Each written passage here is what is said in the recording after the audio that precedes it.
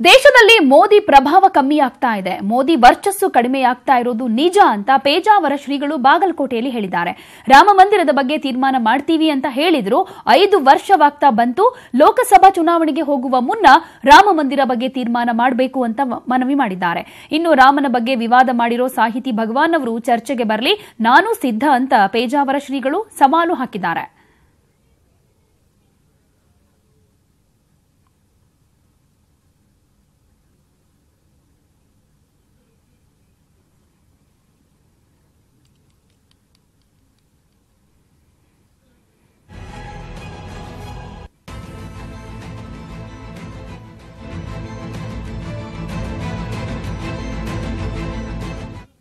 ವಿರೋಧ ಹೆಚ್ಚಾದರೆ ಮೊದಲಷ್ಟು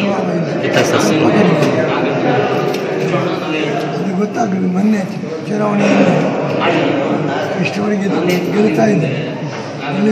ಬಿಹಾರದಲ್ಲಿ ಪಂಜಾಬ್ ಎಲ್ಲ ಕಡೆ ಗೆದ್ದಿದ್ದಾರೆ. ಮೊನ್ನೆ 3 ಕಡೆಯಲ್ಲಿಯೂ ಪರಾಜಯ. 5 ವರ್ಷ ಮುಗಿಯಿತು.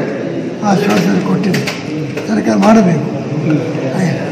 ಚುನಾವಣೆ ಘೋಷಣೆ ಆಗುವುದರ ಒಳಗೆ ಅದಕ್ಕೆ ಪರ್ಮಿಷನ್ ಕೊಡಬೇಕು. ಹಿಂದಕ್ಕೆ ಚರ್ಚೆ ಆಗುವುದು ಅಂತಿತ್ತು, ಬಹಿರಂಗ ಚರ್ಚೆ. ಸರ್ಕಾರ ಪರ್ಮಿಷನ್ ಕೊಡಲಿಲ್ಲ. ನಾನು ಹೇಳಿದು ಬಹಿರಂಗ ಬೇಡ, ಪ್ರತ್ಯೇಕವಾಗಿ ಅವರೊಬ್ಬರೇ ಬರಲಿ ನಡೆಯುವ ಚರ್ಚೆ. ನಾನು ಒಬ್ಬರೇ ಬೇಕಾದವರು ಜೊತೆ ಕರ್ಕೊಂಡು ಬರಲಿ. ನಾನು ಚರ್ಚೆ ಪ್ರೈವೇಟ್ ಚರ್ಚೆ ಆಗಿದೆ.